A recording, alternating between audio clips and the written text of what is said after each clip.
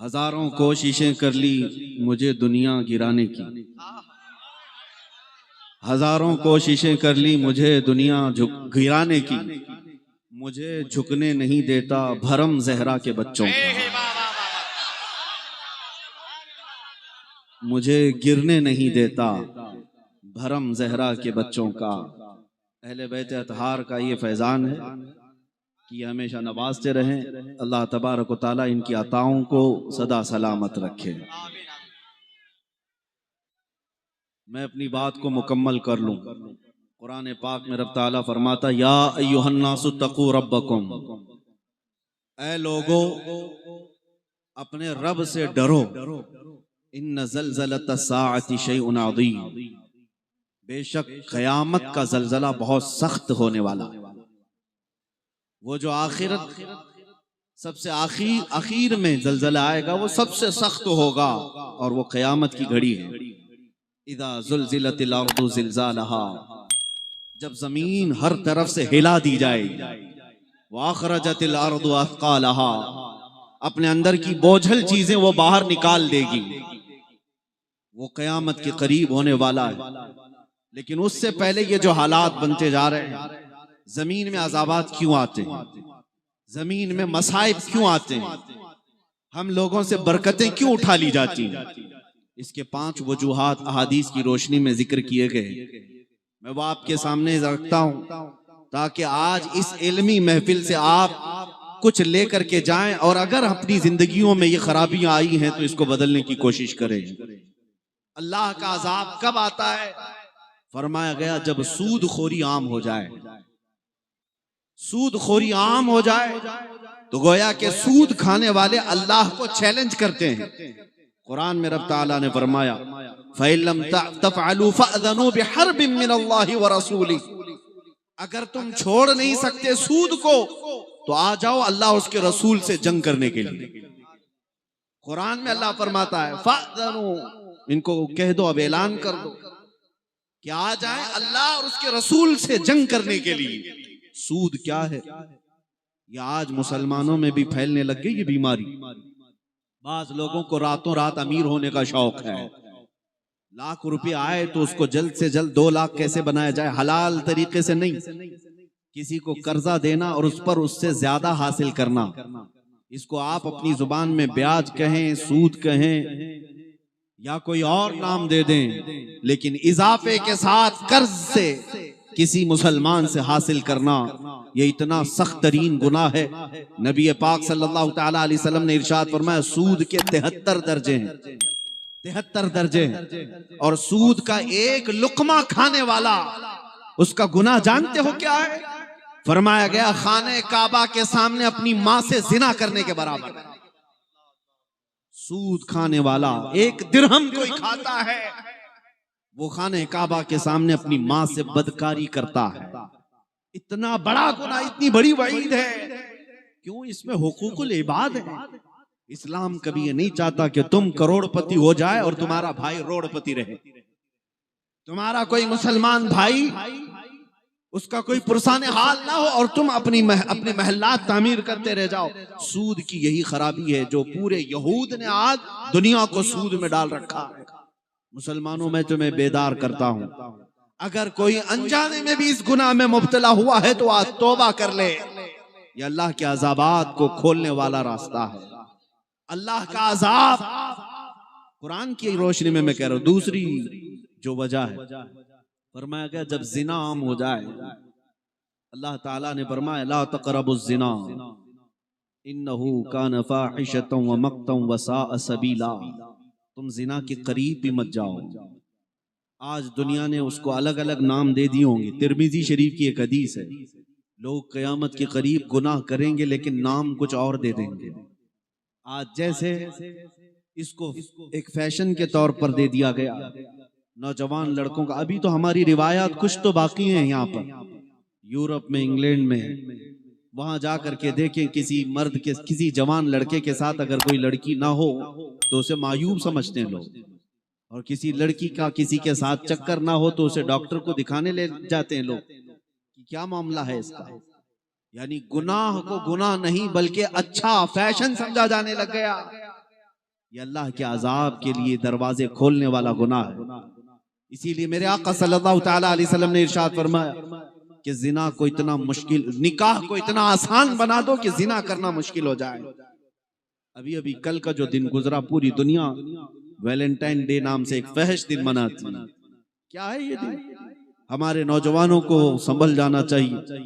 दुनिया जिस गड्ढे में तुम्हें डालने की कोशिश कर रही है, ए नौजवानों, तुम ये फैशन परस्ती या इनकी तरफ हरगिज मत देखना।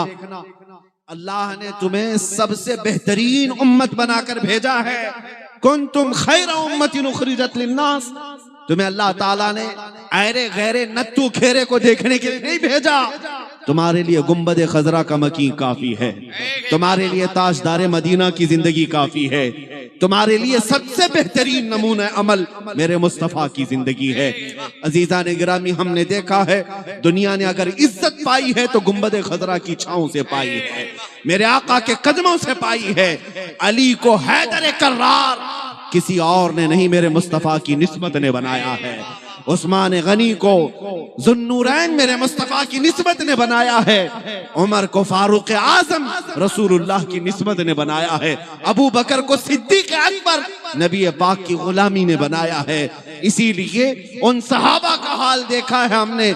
इज्जत अगर पाई है तो मेरे मुस्तफा के कदमों से पाई है। आज हम यहाँ मिंबर पर बैठे हैं, या अगर मुझे कोई इज्जत मिलती है तो मेरे बाप की वजह से नहीं, ये मेरे मुस्तफा की निस्बत की बरकत है।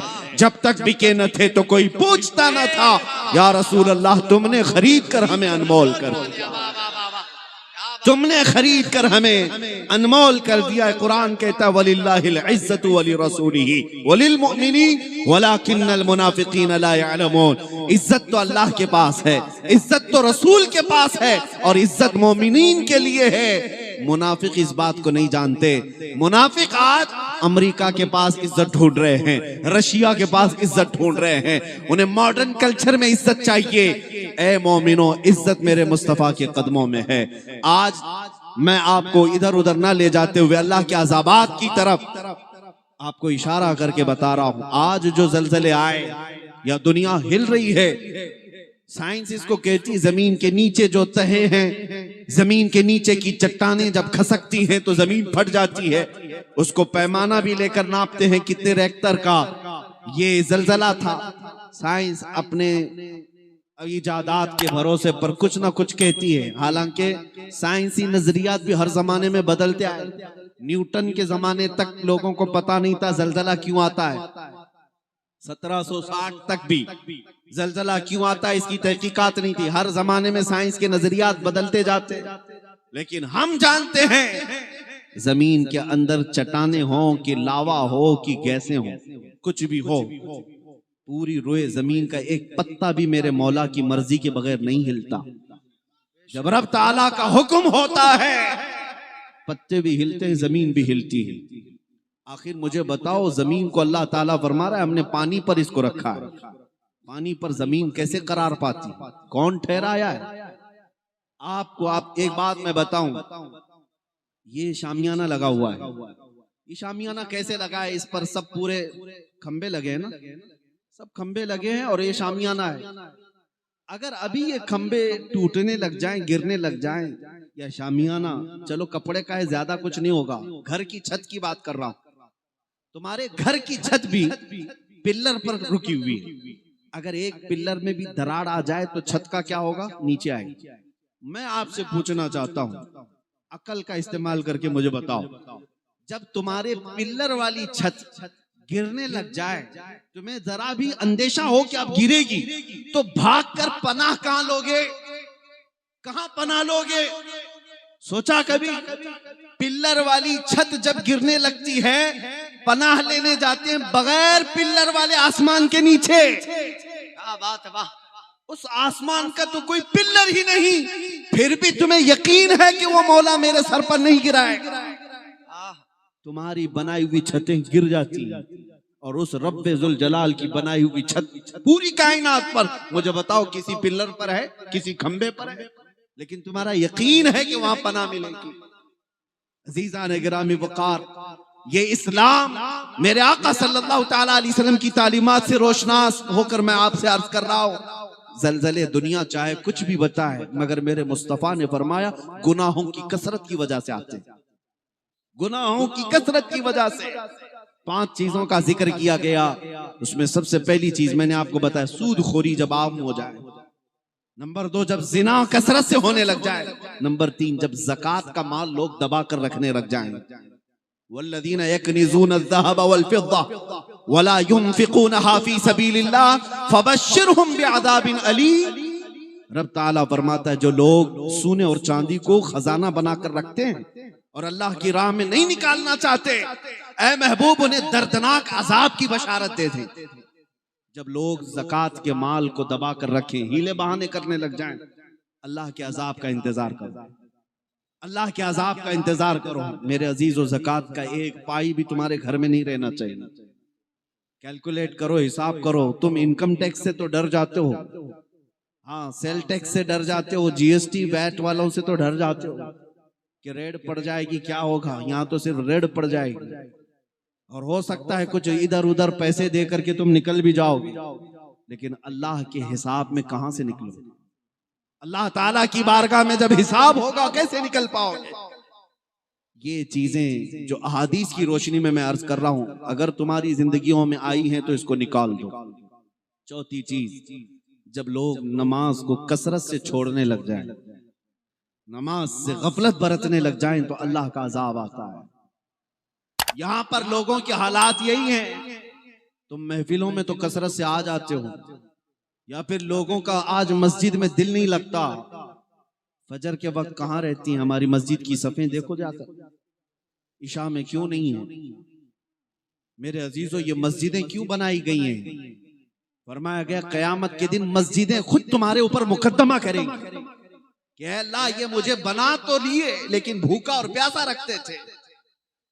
मस्जिद को भूखा और प्यासा रखते थे। मस्जिद से पूछा जाएगा तुझे भूख लगती थी?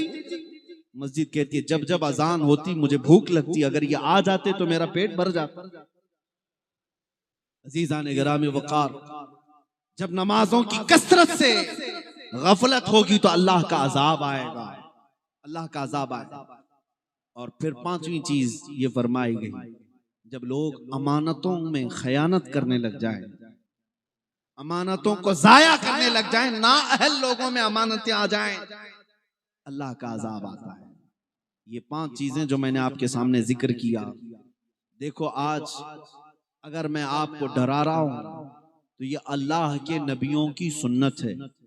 अंबिया इकराम अलैहिस्सलाम बारहा अपनी उम्मतों को, कौमों को बताते थे कि ये ना करो अजाब आ जाएगा। नाप तोल में कमी करती थी शुएब अलैहिस्सलाम की कौम, इसको तो आज हल्का समझते हैं। नाप तोल में कमी, 1 किलो का सामान उसमें 50 ग्राम किसी तरह से कम करके बेच देना या कांटे में कुछ सेटिंग कर देना, ये इतना सख्त तरीन गुनाह है। कुरान ने उसके मुतालिक फरमाया। हजरत शुएब अलैहिस्सलाम कौम से कहते या कौम यौफुल मिक्याल वल मीज़ान बिल क़िस्त वला तबखसुन नास अशियाअहुम, ऐ मेरी कौम के लोगों, आदल और इंसाफ के साथ तराजू को तोल करके दिया करो, लोगों को माल घटा करके ना दो। ये नाप तोल में कमी सिर्फ बनिया लोगों की जिम्मेदारी नहीं, राशन वालों की नहीं। अगर कोई फैक्ट्री चलाता है वो मजदूरों की तनख्वाह में भी नाप तोल में कमी में शिकार ना हो जाए। मुदर्रिसीन हैं, उनकी तनख्वाहों में कमी ज्यादती करना ये नाप तोल की कमी में आता है। आका अपने गुलाम से काम ज्यादा लेता है और उसकी उजरत कम देता है, ये नाप तोल की कमी वाले मामले में आता है। अजीजान गिरामी वक़ार, ये तमाम गुनाह जब आम हो जाएं तो अल्लाह के अज़ाबात आते हैं। और एक मैंने खुतबा मसनूना के बाद आयत तिलावत की। अल्लाह फरमाता है फलयहज़रिल्लज़ीना युखालिफूना अन अम्रिही अन तुसीबहुम फितना औ युसीबहुम अज़ाबुन अलीम। अल्लाह फरमाता है मेरे रसूल के हुक्म की मुखालिफत करने से बचो। अल्लाह फरमा रहा है रसूल के हुक्म की मुखालिफत करने से बचो, वरना क्या होगा? अल्लाह फरमाता है अनकरीब तुम फितनों में मुब्तला हो जाओगे या दर्दनाक अजाब में गिरफ्तार हो जाओ। फितनों में तो मुब्तला हो गए, आजमाइश में है आज हम, हमारे लिए क्या कम फितने। अबू दाऊद शरीफ की हदीस है, अल्लाह ताला जब किसी कौम को अजाब देता है तो उसकी कई शक्लें हैं। या तो फिर बारिश रोक ली जाती है आसमानों से, या जमीन से सब्जे नहीं उगाए जाते, या फिर जमीन में जलजले लाए जाते हैं, या चट्टानें खसक जाती हैं, या तेज तुंद हवाएं आ जाती हैं, या सैलाब आ जाता है, या अज़ाबात की निशानियां हैं। यहाँ तक कि मेरे आका सल्लल्लाहु अलैहि वसल्लम फरमाते हैं अगर जमीन पर जानवर चौपाए ना हो तो बारिश ही ना बरसे। उन जानवरों पर रहम करके बारिश बरसा दी जाती है।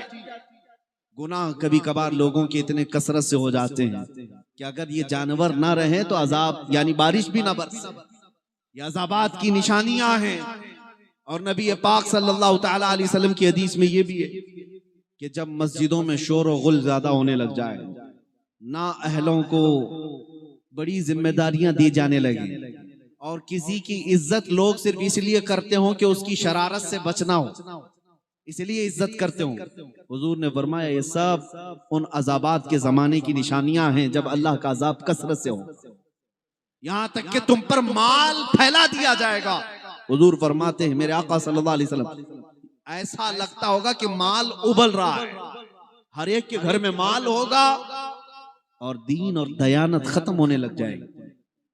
आज मुझे इस बात पर फख्र है, हजारों में जब मैं देखता हूँ, खास तौर पर बिहार की सरजमीन पर पीरे तरीकत जो रोशन जमीर पीर है, मैं किसी मुबालगा आराई का कायल भी नहीं, हुजूर शमसुल्लाह जान अदाम अल्लाह इकबाल, जिस तरह से ये अपने आमाल से लोगों की नमाज की पाबंदी का और उनके आमाल की फिक्र करते हैं, अल्लाह करीम इनका साया दराज फरमाए। आमीन आमीन आमीन। मैं इनके वसीले से तुम्हें दावत देता हूँ, जो बातें मैं कह रहा हूँ मेरे अजीजों में कोई पेशावर खतीब नहीं है कि आपके पास कुछ कमाने के लिए आया हूँ।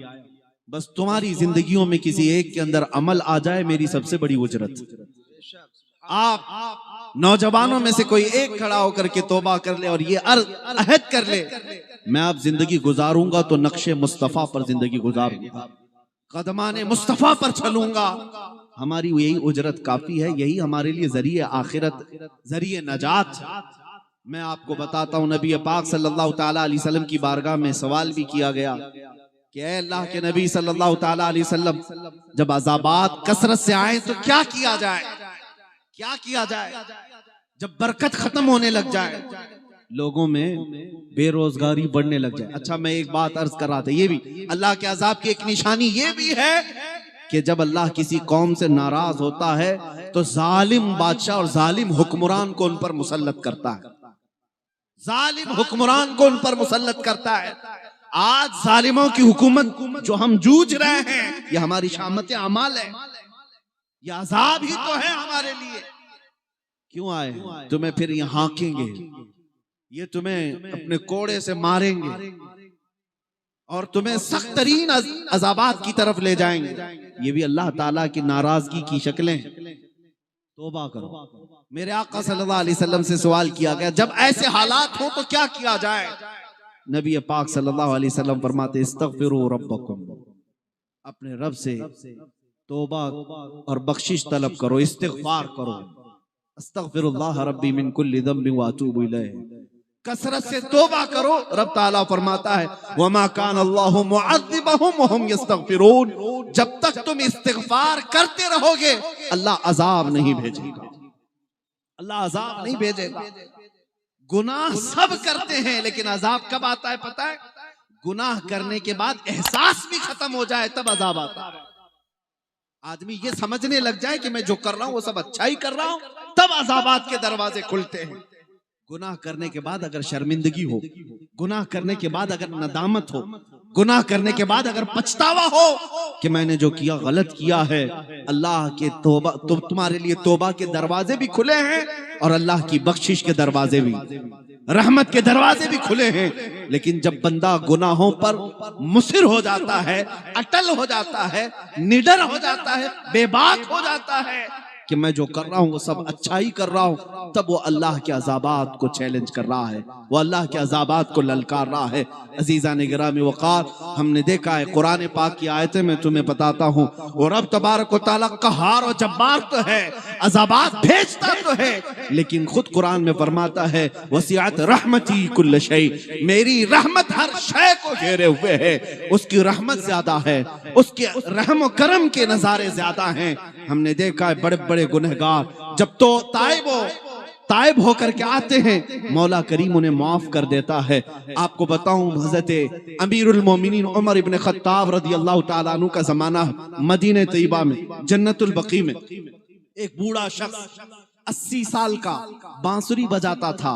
मौलाना रोम रहमतुल्लाह अलैह लिखते हैं बांसुरी बजाता था और उसी से कमाई करता था। जब लोग उसकी सुरीली आवाज से, उसके लय में मदहोश होते उसे पैसे देते थे, वही उसके रोजगार था। लेकिन जब बुढ़ापा आ गया, सांस फूलने लगी, बांसुरी बजती नहीं थी, अब लोग देखते नहीं थे, सुनते नहीं थे, पैसे आते नहीं थे, भुखमरी आ गई, बहुत ज्यादा इफलास का शिकार हो गया और रोते हुए जन्नतुल बकी कब्रिस्तान में आया। रात का वक्त था और आधी रात जब हो गई, मदीना सो गया है, मदीने वाले सो रहे हैं, तो अपनी बांसुरी को तोड़ दिया, नीचे फेंक दिया और अल्लाह की तरफ अर्ज करने लगा, मौला इस बुढ़ापे में लोगों ने मुझे छोड़ दिया है, अब ना मेरी आवाज रह गई, ना मेरे पास लहजा रह गया, अब मेरी कोई इस बांसुरी सुनता नहीं, ना मुझे पेट भरने के लिए कोई 1 दीनार देता है, ना 1 दिरहम देता है। इस बुढ़ापे में मैं तौबा करता हूँ, मैं अपने पुरानी चीजों से बाज आता हूँ,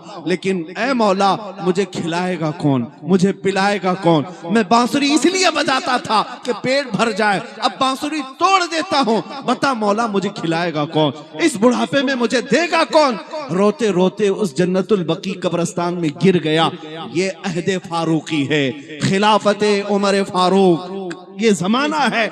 मस्जिद नबवी में उमर इब्न खत्ताब आराम कर रहे थे, ख्वाब में रसूल पाक सल्लल्लाहु अलैहि वसल्लम तशरीफ लाते हैं, इरशाद फरमाते उमर उठो, अपने घर जाओ और तोशादान ले लो, कुछ खाना और सालन, जाओ जन्नतुल बकी में एक गरीब भूखा है, अल्लाह का हुक्म है, अपने हाथ से उसे खाना खिला करके आओ। हजरत अमीरुल मोमिनीन उमर इब्न खत्ताब रदियल्लाहु ताला अन्हु रात के अंधेरे में उठते हैं, अपने घर गए, रोटियां और सालन ली और तोशादान लेकर के जन्नतुल बकी आते हैं। आपको पता नहीं था कौन भूखा है, आपको मालूम नहीं था कौन गरीब है।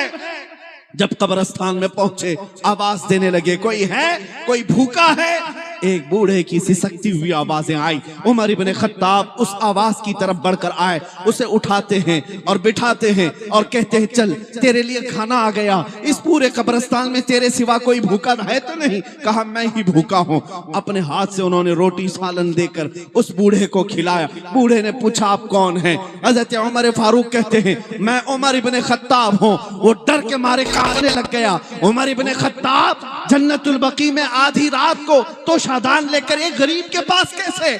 और कपकपाते हुए चीख मारता है और कहता है आप उमर इब्न खत्ताब हैं, आपको कैसे पता कि मैं भूखा हूँ? मुझे खाना क्यों लेकर आके देते हो?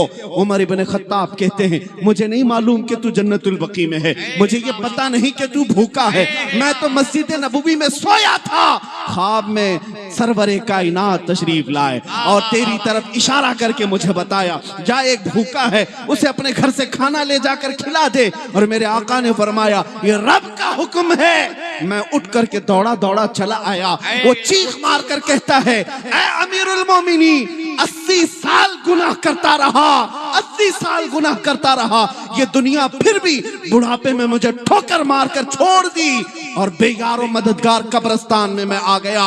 80 साल के बाद उस रहमान को मैंने आज सिर्फ एक बार पुकारा था, उसने खाना वक्त के अमीरुल मोमिनीन के हाथ भेजा। नारे तकबीर, नारे तकबीर, नारे रिसालत, नारे रिसालत, लब्बैक या रसूल अल्लाह, लब्बैक या रसूल अल्लाह, लब्बैक या रसूल अल्लाह। तुम क्या समझते हो जब गुनाहों से बाज आ जाओगे कोई नहीं पूछेगा? छोड़ दो दुनिया को, कोई ना पूछे ना पूछे। रब तबारक व तआला तुम्हारा निगहबान है, वो सत्तार व गफ्फार व जब्बार व कहार, हर जगह से तुम्हारे लिए रास्ते कुशादा करेगा। हमारा नौजवान ये सोचता है मौलाना तुम्हारी बातों पर अमल करके मैं अगर दाढ़ी रख लूं, टोपी पहन लूं, मेरी जॉब छूट जाएगी, मेरे लिए बड़े मसले आ जाएंगे। तुम तो दुनिया को रज़ाक समझे हो, हकीकत में ईमान होता तो रज़ाक हकीकी मेरा अल्लाह है। अगर दुनिया एक दरवाजा बंद करे, मेरा मौला 70 दरवाजे कुशादा फरमाएगा। कुरान में मेरा रब फरमाता है, मा यफ्तहिल्लाहु लिन्नासि मिन रहमतिन फला मुमसिक लहा व मा युमसिक फला मुरसिल लहा। अल्लाह फरमाता है, अल्लाह अपनी रहमत से जिसके लिए दरवाजा खोल दे, कोई ताकत वो दरवाजा बंद नहीं कर सकेगी, और अल्लाह जिसके लिए दरवाजा बंद कर दे, कोई ताकत वो दरवाजा खोल भी नहीं सकती। आओ उस रहमान पर यकीन करो, अपने गुनाहों से तौबा इस्तिग़फ़ार आज की सबसे बड़ी जरूरत है। इस जलसे का यही पैगाम है मेरे अजीजों। अज़ाबात आम हो चुके हैं, मौला की पकड़ जब आ जाएगी तब फिर तुम किसको पुकारोगे, किसको मदद के लिए पुकारोगे। आज हमने सिसकते हुए बच्चों को देखा है, मलबे में दबी हुई आवाजें तुर्की में हो रही होंगी, लेकिन हमारी कानों में भी उनकी गूंज पहुंच रही है। कसम खुदा की मैं आपको बताऊं, उन छोटे बच्चों की लाशें हमारा खाना बेमजा कर जाती हैं। उन औरतों की आहें जो सीरिया में, मुल्क शाम में और यमन में तड़प रही हैं, उन्हें दवा तक का सामान नहीं है, उन्हें खाने के लिए एक लुकमा मैसर नहीं। यमन की सरजमीन पर हमने देखा है बच्चे घास खाने पर मजबूर हैं। बहुत सारे लोगों पर एक लुकमा गोश्त का एक टुकड़ा नहीं पहुंचता। लेकिन तुम देखो तुम्हारा हाल क्या है। तुम अपने घरों में थाले भर भर कर खाते हो, फिर बचा करके गटर नालियों में फेंक भी देते हो। अल्लाह ने तुम्हें हर तरह की नेमतें दी है। यही तो मसला है, अल्हाकुमुत तकासुर हत्ता ज़ुरतुमुल मक़ाबिर। मौला ने फरमाया तकासुर, कसरत ने तुम्हें गाफिल कर रखा है। हर चीज तुम्हारे पास ज्यादा आ गई और तुम गाफिल हो गए, तुम गाफिल हो गए, तुम लापरवाह हो गए। तुम्हें क्या लगता है तुम्हारे अमाल की वजह से तुम्हारे घर में बरकतें आ रही है, तुम्हारे कामों की वजह से तुम्हारे अंदर खुशहादगी आ रही है? नहीं। बाज लोग तो इतरा कर अकड़ करके चलते हैं और ये समझते हैं हम तो सुबह से शाम तक गाने सुनते ही रहते हैं, लेकिन दुकान भी अच्छी चल रही है, तिजारत भी सब अच्छा है, हमारे यहाँ तो गुनाह सब चल रहे हैं, लेकिन मामला तो सब अच्छे हैं। तुम हरगिज इस खाम ख्याली में ना रहना कि तुम्हारे कामों की वजह से ये अज़ाबात रुके हुए हैं। नहीं, मेरा रब फरमाता है, वमा कान अल्लाहु लियुअज़्ज़िबहुम व अंत फ़ीहिम। इस उम्मत पर अल्लाह इसलिए अज़ाब नहीं भेजता कि इनके बीच में मेरा महबूब आराम फरमाए।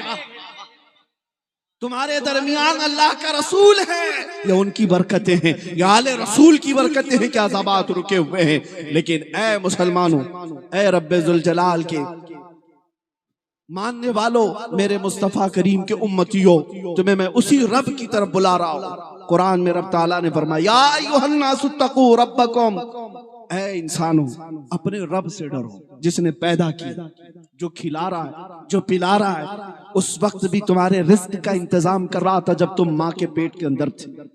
तुम्हें कौन खिलाता पिलाता था, तुम्हें कौन पाल रहा था? और जब तुम माँ के पेट से बाहर आए, तुम्हारे माँ के सीने में दूध किसने बनाया? कौन दूध बनाता है? तुम्हारे रिस्क का इंतजाम कौन करता है? यहाँ तक कि तुम्हारे बचपने में फरिश्तों के जरिए तुम्हारी उसने हिफाजत की। वो रहमान जिसने तुम्हें मुफ्त में सांसें अता की है। जाओ, एक सिलेंडर ऑक्सीजन का खरीद करके अगर लेना पड़े, जानते हो अगर 60 साल की भी उम्र हो और सांसें खरीद करके लेना पड़ जाए तो कई करोड़ की सांसें ही ले लोगे। इनमें से किसी की ताकत नहीं सिर्फ सांसें खरीदने की। रब तबारक व तआला ने बिना किसी मुआवजे के तुम्हें मुफ्त सांसें दी। ये उसकी जमीन है, उसकी सल्तनत है, उसका आसमान है। लेकिन उसकी ही जमीन पर जब बंदे नाफरमानी करते हैं, मुझे बताओ फिर भी माफ पर माफ करता है वो मौला। रहम पर रहम, फजल पर फजल है। यहाँ तक कि मैंने रिवायत में पढ़ा, समंदर बारहा बाहर की तरफ आ जाता है। दिन में 2 मरतबा वो किनारे पर जोरदार मौजें मारता हुआ बाहर आता है। क्यों आता है? फरमाया गया समंदर अल्लाह की बारगाह में ये अरीजा लेकर आता है, मौला तू इजाजत दे दे, मैं बाहर निकल कर तबाही मचा दूं। ये बंदे तेरी जमीन को जो अपने गुनाहों से लाल कर चुके, ये नाफरमानियां जो करते हैं जमीन पर, मुझे तो इजाजत दे दे, मैं फैल जाऊं और इनको हिलाक कर दूं। हर दिन रब तबारक व तआला समंदर को रोकता है, वापस चला जा, मैं अपने बंदों के तौबा का इंतजार कर रहा हूं। रब ताला अपने बंदों के तौबा के इंतजार में है। हर दिन अजाब टलता है, हर दिन अजाब टलता है, उसकी रहमत है। तुम कब तौबा करोगे, कब बाज आओगे? एक बात याद रखना, बाज नौजवान अगर ये प्लान बनाकर बैठे हैं कि बाद में जब बुढ़ापा आ जाए, बाल सफेद हो जाएं तो अल्लाह अल्लाह करेंगे, मस्जिद में जाएंगे, अभी उम्र ही क्या है। तुम में से कोई एक बंदा भी ये लिख करके दे दे कि वो 60 साल तक जीने का गारंटर है, उसकी उम्र 60 साल या 70 साल होने वाली, उसको गारंटी? क्या तुमने नहीं देखा जवानों के लाशें उठते हुए? क्या बचपन में जनाजे नहीं निकलते? मौत की कोई उम्र नहीं है, ये जवानी में भी आती है, बचपन में भी आ सकती है, बुढ़ापे में भी आती है। जिनको बुढ़ापा मिल गया अल्लाह की नेमत है, अल्लाह की नेमत है। क्या अल्लाह ताला उन्हें फिर से मौका दिया है तौबा व इस्तिगफार करके पाक होकर के आ जाए। बहुत सारे तो जवानी में चले गए दुनिया से। इसीलिए मेरे अजीजों हमेशा सतर्क रहो, हमेशा अलर्ट रहो। आज अगर इशा की नमाज नहीं पढ़े हो तो तुम्हें एहसास होना चाहिए, सुबह होने से पहले अगर बिस्तर पर मैं मर गया तो बेनमाजियों में उठाया जाऊं, मेरी नमाज बाकी रह गई। इस हाल में मैं अल्लाह से मुलाकात करूंगा कि मेरी जिंदगी की आखिरी नमाज बाकी रह गई, ये वैसी रह गई। तुम्हें जब तक इस बात का एहसास नहीं होगा तुम गुनाहों से कैसे बाज आओगे। तौबा व इस्तिगफार को कसरत से अपने दरमियान फैलाओ। जहां बैठो गुटखा खाते हुए नहीं, पान थूकते हुए नहीं, इंतजार की घड़ियां, इजालुल इंतजार फिल इस्तिगफार, अपने इंतजार की घड़ियां भी इस्तिगफार में लगा दो। इस्तिगफार कसरत से करो। मैं उस रहमान के जलवों में एक मिसाल और बता दूं। सूदखोरी करते हुए लोगों को ये लगता है कि छोड़ दूं तो कैसे चलेगा, मेरा घर कैसे चलेगा। बहुत अच्छी तरह से चलेगा अगर तुम्हारा यकीन हो अल्लाह की जात पर। हजरत हबीब अजमी बगदाद के एक बड़े बुजुर्ग हैं, लेकिन तौबा से पहले के हालात इनके थे, सूद का कारोबार करते, सूद का कारोबार करते। बीवी नेक थी, समझाती थी बाज आ जाओ, अच्छा काम नहीं है, लेकिन पैसों की लत बढ़ाने की आदत। एक दिन ऐसा हुआ कि बीवी ने दुआ की, मौला तू कोई निशानी दे दे, मेरा शोहर तौबा करे। अल्लाह ऐसी बीवियां दे जो लोगों की हिदायत का जरिया बने। दुआ की कि मौला ताला मेरे शोहर को कोई अलामत दे दे कि वो बाज आ जाए। एक दिन गोश्त हबीब अजमी लाकर अपनी बीवी को देते, पकाना, लकड़ियां भी सूद में लाया, गोश्त भी सूद में लाया। और जब खाना बनने को तैयार होने को हंडिया में चढ़ गया, वो इंतजार करते रहे। जब गोश्त बन गया तो हांडी से उतारा दस्तरखान पर, बर्तन उठा करके देखा तो उसमें खून उबल रहा था, पकता हुआ खून था, ना गोश्त है ना सालन है। हबीब अजमी डर गए, पूछा ये क्या है। बीवी ने कहा अल्लाह ने ये निशानी भेजी, यहाँ दुनिया में लोगों का पैसा चूसते हो वही खून तो है, ये सूद ही तो है, और आखिरत में तुम्हें इससे सख्त तरीन अजाब देखना होगा, तौबा करो। हबीब आजमी डर गए। सुनो, दिल दहल गया। घर से निकलते हैं, बाहर गए, बच्चे रास्ते में खेल रहे थे, सारे बच्चे दौड़ करके इधर उधर हटने लगे। बच्चे आपस में कह रहे हट जाओ हट जाओ, सूदखोर आ रहा है, उसकी छांव में पड़ जाए। बच्चों में भी ये बातें थी। हबीब अजमी के कानों में जब बच्चों की आवाज आई, रोने लग गए। ए अल्लाह, मैं कितना बदकार आदमी हूं कि बच्चे भी मेरी छांव से भागते हैं, मेरी परछाई नहीं लेना चाहते। रोने लग गए। अब तौबा का वक्त है, यही तौबा का वक्त है। तौबा गाल पे थप्पड़ मारने को नहीं कहते, अपने गुनाहों को छोड़ने का एहसास जिस दिन हो गया वही तौबा है। नदामत हो जाए वही तौबा है, शर्मिंदगी आ गई तौबा है। हबीब आजमी निकल पड़े वहां से। जाए तो कहां जाए, काम तो आता नहीं था, कुछ करना सीखा भी नहीं था। एक गांव की मस्जिद में जाकर बैठ गए। दोपहर में इबादत करते रहे। जोहर असर मगरिब इशा हुई, नमाज पढ़ करके घर वापस आने लगे। जब घर पहुंचे तो बीवी ने कहा कि क्या करने गए थे आज। क्या कहते अपनी बीवी को, कुछ तो बोलना, कुछ तो बोलना है। बीवी से कहा मैंने एक नौकरी ढूंढ ली है, एक नौकरी ढूंढ ली है, काम पे लग गया हूं, अब रोजाना कमा करके लाऊंगा उजरत। बीवी बड़ी खुश हो गई, कहा बहुत अच्छा है, आपको काम मिल गया, मैं अल्लाह का शुक्र अदा करती हूँ किसी कंपनी में, किसी फैक्ट्री में, किसी आका के पास काम मिल गया। हबीब आजमी ने यही कहा। बीवी ने पूछा उजरत कितनी दिया आज मालिक ने? कहा आज नहीं दिया। मालिक ने कहा कल आ जाना, कल दे दूंगा। दूसरे दिन हबीब आजमी फिर गए, काम तो आता नहीं था। फिर मस्जिद में जाकर बैठे रहे, रोते रहे। है ला कुछ सबब पैदा कर दे। मैं उन लोगों से कहता हूं जो गुनाहों को छोड़ने में आई काई करते रहते, छोड़ूंगा तो क्या होगा, कैसे चलेगा। हबीब आजमी रोते रहे, अल्लाह कोई सबब पैदा कर दे। रात हो गई, घर आए। बीवी ने पूछा आज मजदूरी मिली मालिक के हाथ से? कहा नहीं, आज मालिक ने कहा कल दे दूंगा, आज भी नहीं दिया। ये नहीं बता रहे कि मस्जिद में। तीसरा दिन आया, तीसरे दिन भी खाली हाथ आया। बीवी पूछती रही और उसके बाद कहने लगी तुम जरा बराबर फिक्र मत करना, उजरत ना मिले तो कोई बात नहीं, मैं पानी पीकर गुजारा कर लूंगी, मैं पानी पीकर गुजारा कर लूंगी, मेरा पेट भरने के लिए दोबारा कोई हराम काम ना करना। वो खवातीन थी, वो बीवियां थी।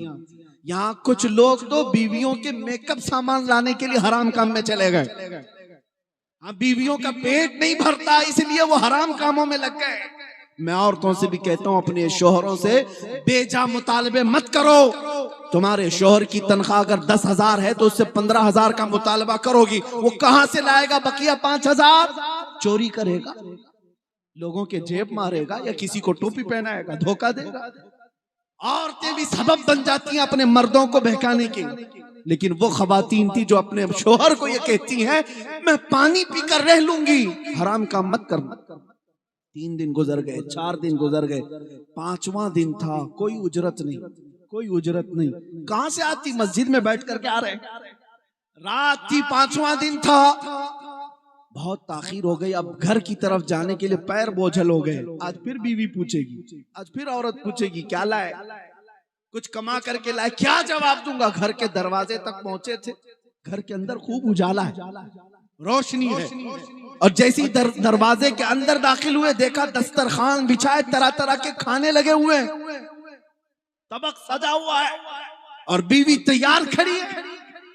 हबीब आजमी अंदर आए और पूछा अपनी बीवी से, अचानक ये मेरे घर में रोशनी और इतना खाना और ये दस्तरखान कहां से आया?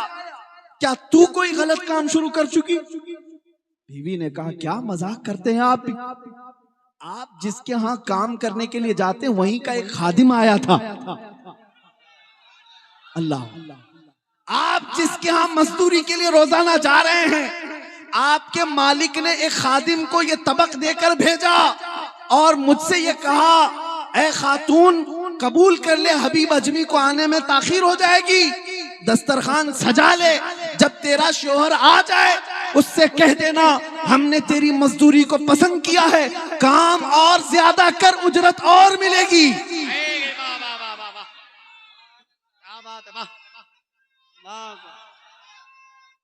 अल्लाह या रसूल अल्लाह जिंदाबाद। हबीब आजमी ने जब ये सुना उनकी आंखें फटी की फटी रह गई। उन्होंने बीवी से सुना जब क्या उनके मालिक का एक और खादिम आया था, उन्हें तो पता था न कोई मजदूरी करता हूं न कोई काम करता हूं, अगर ये दस्तरखान आया है तो ये सिर्फ मेरे रहमान का भेजा हुआ, ये रब्बुल जलाल का भेजा हुआ है। गश खाकर गिर गए जमीन पर, बेहोश होकर गिर गए। काफी देर के बाद जब इफाका हुआ तो उठ करके अपने घर से निकलते अपनी बीवी से कहते हैं, ए मेरी खातून तू सच कहती थी, वो रहमान जब दरवाजे खोलता है तो बेहिसाब खोलता है, मैंने कोई मजदूरी नहीं की, मैं कोई काम पर नहीं गया, जिंदगी भर सूद खाता रहा, लोगों की गालियां सुनता रहा, एक बार तौबा किया, मैं तो निकम्मा था लेकिन मेरा मौला मेरे घर पर दस्तरखान भेज रहा। अज़ीज़ान गिरामी वक़ार, तौबा व इस्तिग़फ़ार के जरिए से तुम्हारे लिए खुशहालियां आएंगी।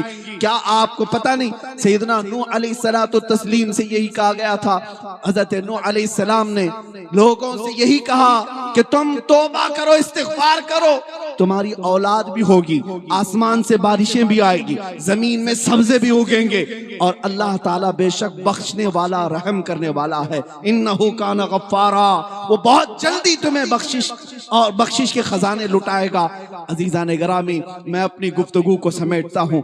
आज के इस इजलास में आप आए हैं तो तौबा व इस्तिग़फ़ार के बाद जाएंगे, इसलिए कि एक बात मैं आपको बता दूं, एक मोहतरम और मुअक्कर शेख तुम्हारे सामने बैठा हुआ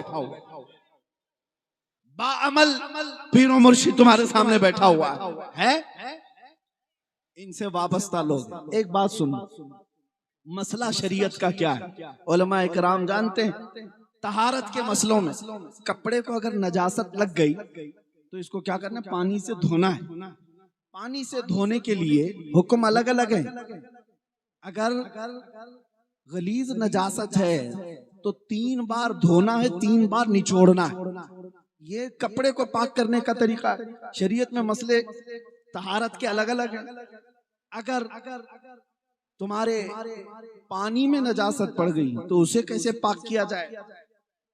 जैसे कुएं में नजासत गिरती है, चूहा गिर जाए, बिल्ली गिर जाए, बकरी गिर जाए, सब के लिए अलग अलग मिकदार शरीयत ने रखी। किसी के लिए 40 डोल निकालो, किसी के लिए 60 डोल निकालो, किसी के लिए 200 डोल निकालो, पानी पाक हो जाए। पानी को पाक करने के तरीके हैं, कपड़े को पाक करने के तरीके हैं, शीशे पर नजासत लग जाए उसको पाक करने के तरीके हैं। जमीन पर अगर नजासत लग जाए, जमीन पर अगर नजासत हो तो क्या किया जाए। जमीन को कैसे धो के निचोड़ तो नहीं सकते।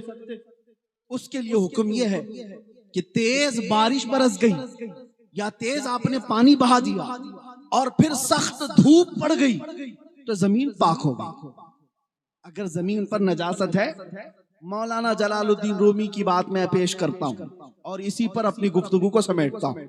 जमीन पर नजासत हो, अगर जैसे गोबर, किसी का ली, ये सब चीजें पड़ी हो, तो बारिश आ जाए, पानी बह जाए और तेज धूप पड़े, तेज धूप पड़े, जमीन क्या हो जाएगी, पाक हो जाएगी। ये शरीयत के मसाइल है। अहले तसव्वुफ से जब पूछा गया, सूफिया से पूछा गया, ये तो इन चीजों के नापाक होने के बाद पाक करने का तरीका है, लेकिन किसी के दिल की जमीन नजिस हो जाए, किसी का दिल नापाक होने लग जाए, उसे पाक करने का तरीका क्या है।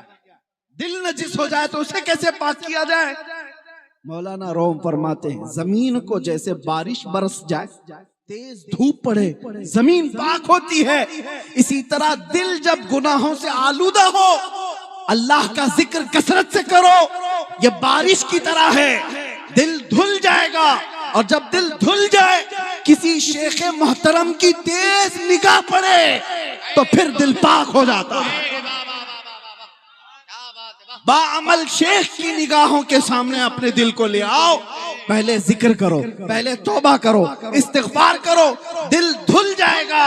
और फिर शेख की नजरों के सामने दिल को लाओ तो दिल पाक हो जाता है। इसीलिए हमने देखा है, गुनाहों से आलूदा होकर के भी कोई गौसे पाक के दरबार में आता था, लेकिन गौस की निगाह क्या पड़ती, वो पाकीज़ा ही नहीं बल्कि जमाने का कुतुब भी हो जाता था, जमाने का वली भी बन जाता था। अल्लाह करीम हमें तौबा व इस्तिग़फ़ार की तौफीक अता फरमाए। मौला अपने अज़ाबात से हमें महफूज फरमाए और रब तबारक व तआला हमें अपने मशाइख का साया हमेशा हमारे सरों पर कायम व दायम रखे। मेरी गुफ्तगू के खुलासे में ये बात कहना मैं जरूर समझूंगा, जरूरी है, इसलिए कि इसके बगैर मेरी तकरीर नामुकम्मल है।